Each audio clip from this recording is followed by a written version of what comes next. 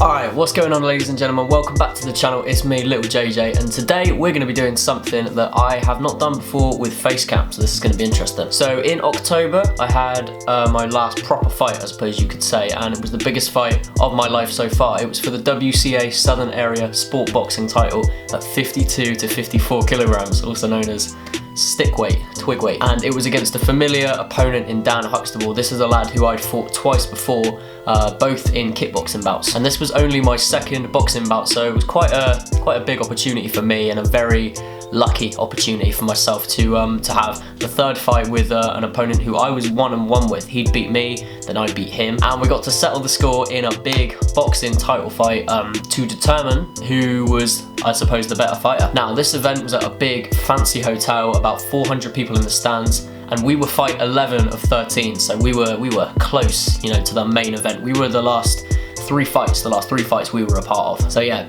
big fight, big opportunity, big pressure, but we deal with the pressure well. And I thought today I would look back on that fight, react to it, give you guys my thoughts on it, and just take you through the fight. So without further ado, enough jibber jabber, we're gonna get straight into this, and we're gonna start with the walkouts. I'm feeling supersonic, give me gin and tonic. This is one of my favorite walkout songs I've ever had. I'm a big Oasis fan, so yeah, walking out to Supersonic was good. So our crowd are in the top left corner, just there, all our boys, all our girls. There's me, in all my glory. I was very relaxed, like surprisingly relaxed for this fight. I'm generally quite nervous, warming up, as you would be, but I felt pretty good warming up for this one. I think it's because I was taking on a very familiar opponent. I kind of knew what to expect. So the real key with this entire fight camp and the fight itself was just to stay relaxed and composed and just understand that no matter what happened, I was going to be alright. I just knew that. He weighed in at a lighter weight than me, so yeah, I had an edge. I really did, and I knew that from the get-go. And I was the stronger performer, I think, out of the two in the first two fights, so I had to stay relaxed and composed.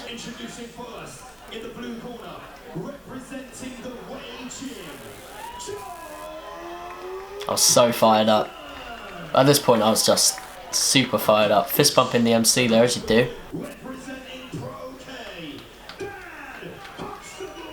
Always got to clap for your opponent, no matter what.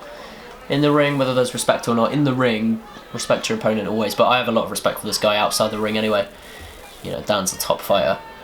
Also, a little side note, if it wasn't for me, this wouldn't have been filmed. I actually set up the GoPro that filmed this whole fight and all the other fights on the show, so I'll leave a link in the description to the channel and the rest of them. But here we go, it's round one. As you can see, I'm trying to put pressure on him from the get-go. I'm trying to initiate the pace early. Just trying to keep the volume up and just attack. He was very good at landing the overhand right over the top of my jab. Every time I jab, he'd throw the overhand right. There you see, I'm trying to fight him while on the ropes, which I realised wasn't the best idea. There you go, put my hands up after he caught me clean. Something that I do often now. When I get hit, I just sort of smile, give a bit of attitude. Good left counter there from me. He's constantly just putting on the pressure. But every shot he threw was a big power shot, you know, a shot that was to kill. I used my footwork there to get out of the way, get out that corner, and I straight away tried to get back on him and put the pressure back on. But he was very good at countering with that right hand. Good uppercut there on the inside. Body head there, right landed clean, but I just nodded at him again. We were good. Nice jab to the body there from Dan. See there again, he tried that right hand over the top. I kind of worked out that timing at that point, and there you see I tried to throw a jab, step back and then counter, but he came back at me nice. I was trying to time him here. Every time I threw that jab, that right hand was there over the top, and he was landing big shots early, and I was feeling it, I'm not gonna lie.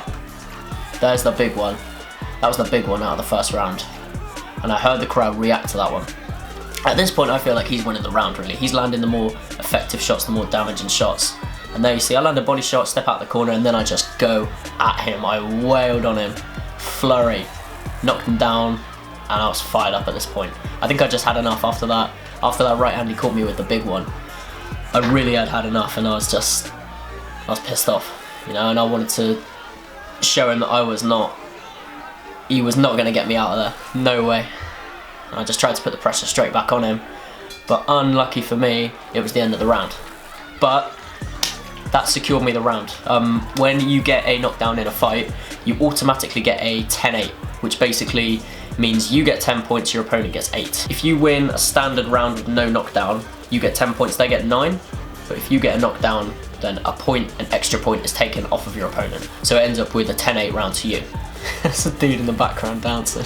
What a legend. So I felt very, very physically fit going into this fight, but I was, because of that flurry in that first round, I was already feeling a little bit heavy. I was already breathing heavy, and I was already feeling a little bit tired.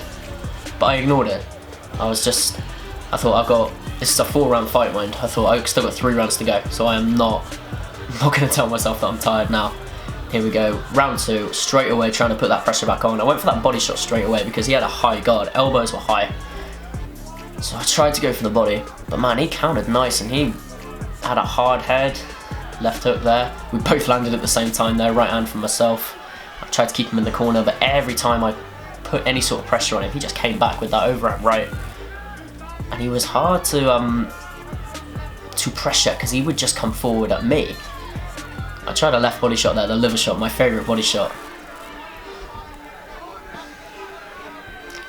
So the pressure is working, the volume's working here. He's not throwing as much, but he's always looking for that overhand right.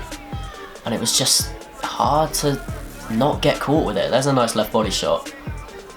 See what I mean? He's throwing single shots, but they're all big, heavy shots that honestly had me hesitant. They really did. And again, see that left hook? It's like 2 or 3 for 1. Nice left body shot there for me. That's one of my favourite shots of the fight. It's like 2 or 3 for 1, but all of his shots really are more damaging. There's a big left hook. Hit my guard, but it was still hard. So at this point, I'm getting caught with big shots, and I remember this. I remember thinking, if I stay here for a couple more seconds, he's going to end up getting an 8 count, giving him a 10-8 round. So I had to move out of the way. I had to get off the ropes, otherwise I was going to end up losing that round. And the fight was going to be even closer going into the last 2.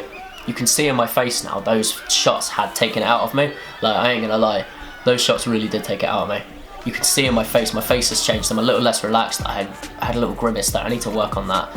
I'm just trying to push him off now. But I'm nowhere near as relaxed. Nowhere near as relaxed here. If you listen now, my dad just said relax. Boom. Boom. As soon as my dad told me to relax, he went bap bap, and to me that means relax your arms and just throw them out with no wind up at all. I did that and I knocked him down straight away. I mean, you saw his head snap back. As soon as you relax your arms, man, the power is just so much better. And it wound me up. I remember this moment, knocking him down and then hearing the bell. The round was over. But hey, that's the way the fight had to go. So at this point in the corner, I'm saying to Dad, I'm tired. Like, I'm getting tired. And I remember saying, I don't think I've got another 2 rounds in me. And I didn't think I did. I was letting it get to me at this point, but I had to keep going because I was 2 rounds up by a mile. I was over 2 rounds up, 2 10-8 rounds. So he kind of calmed me down and he said, look, you're winning by a mile. So just keep doing what you're doing, move, counter. If you're tired, just use this round to move and counter. And just chill, don't worry. I put my gum shield in upside down here. You can see me kind of biting up and down and realising it's upside down. The only annoying thing about having that double brace gum shield, trying to put the pressure straight back on him. Dad's just pleading me to stay relaxed. It's such a big part of fighting. If you're not relaxed, then you're putting yourself in danger. So at this point in the fight, I realised that any time I stayed on the ropes and didn't move and just tried to brawl with him, he had the edge, he had the advantage, and if I just played my own game and moved any time he got close to me like then, he has no chance, and I've got a much bigger advantage. And I realised that in this round. So anytime my back was to the ropes, I'd just move, get the centre, and just continue to work and kind of wait for him to come at me and just get him to tire himself out. Throw and miss, then get me on the ropes, and then boom, I'm out. Good left hook. Anytime he got close and it was past my range, he had the sorry, he had the advantage. So it was really important in this round especially to stay relaxed and just move. Bah, good body shot there. So just move and don't let him get close. Work my range and not his. Good 1-2. See, now he's getting frustrated because he can't get to me as much, he can't land as much. I saw that jab come in. I'll be honest, I did kind of take this round off a little bit more. Good right hook. See, I'm timing everything. Oh, I'm sort of seeing it more. Good right hook on the end there from Dan. I'm back to smiling at him now. Can you see? See how I'm getting my timing down now. I'm more relaxed. Good combo there. That was, I think, the best step off I did all fight, because I stayed close to him but I still got out of the way. I definitely have improved my upper body movement since this fight. Good right hand, Dan, and then left hand. All of his shots were, or most of his shots were harder than mine. You know, more damaging, created more of a crowd reaction. But in my opinion, that's 3 rounds to me. First 2 being 10-8, it's like the first 2 hands down are to me. But I think I won that one as well because I just landed more shots, was more efficient, I'd say. Oh, and I haven't even mentioned this, but that's ex-UFC fighter Bradley Scott, just chilling in my corner. He's a coach at our gym now. Interview coming soon. Brad was on the Ultimate Fighter Smashes UK versus Australia, and he fought Robert Whittaker in the finale. He's not in the UFC anymore, he's now a professional K1 fighter. But he's a coach at our gym, and he's just there chilling in my corner, telling me to smash this dude up. Who else can say that? So at this point, we've had knockdowns, big shots, we've had heart, we've had people coming back from getting hit, we've had back and forth action, and now we have the 4th and final round. I mean, this fight already had everything, but this last round was just insane. It really was. I landed that jab and I just went at him there with that right hand. At this point, Dan was willing to give everything to finish me, and I really felt that, I really believed that. I mean, he just was not gonna stop, man. Every single shot he threw in this last round was a kill shot. I mean, he's running at me, his feet are crossing, but like he was like kill or be killed in this last round.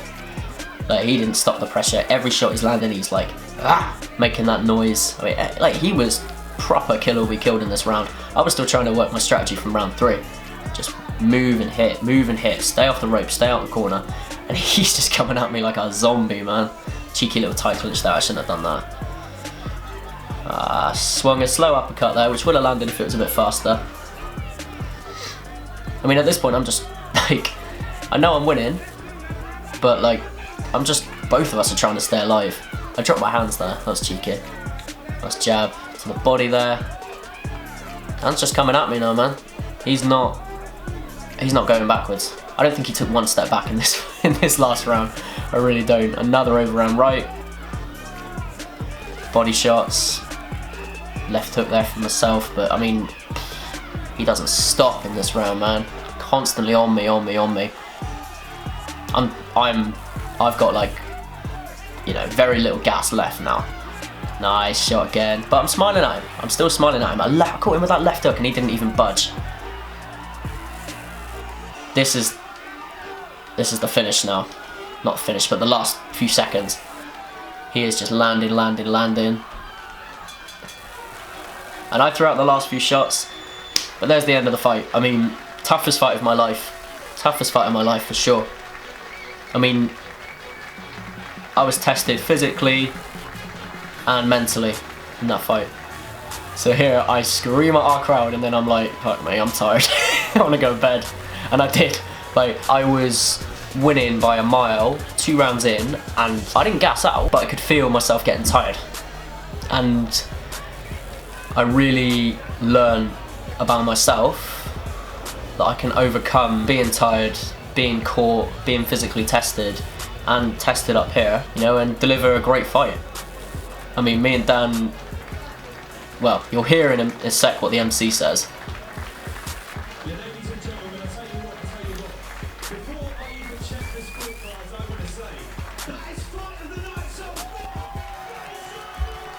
There you go.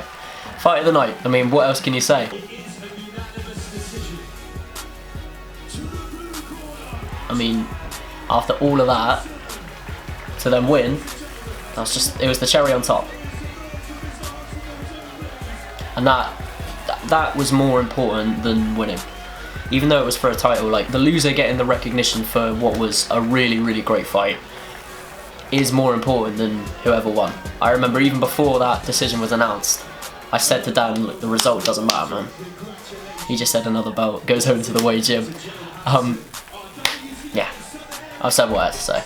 I pushed Brad out the way here because I had this moment in my head, being up on those ropes, arms up, screaming to the crowd. I'll put the picture up now. Yeah, I pushed Bradley Scott out the way to have that moment, which not a lot of people can say they've done. But yeah, like seriously speaking, not being professionals, not fighting for our lives and for, you know, the only money we make, to deliver a fight like that, which had everything, you know, and to have fight of the night honours given to us by the MC. I've just pulled out my lead for my headphones. To have that is like more important than whoever won or who got the belt or whatever. I mean, at the end of the day, for Dan, I knocked him down twice and he still finished the fight super strong and was not gonna quit. I mean, that's really all you can ask for in a great fight. You want a great fight? Go watch that. No, but seriously speaking, I mean, it was amazing. It really was. So there you go. That is my analysis of my most recent victory. I'm now owner of 2 titles. Crazy. Thank you very much for watching. Hope you enjoyed, and let me know if you want to see more fight analysis videos like that. If you want to see me review other fights that aren't my fights, please let me know in the comments. Hope you guys have a good day, and I'll see you later. Bye bye.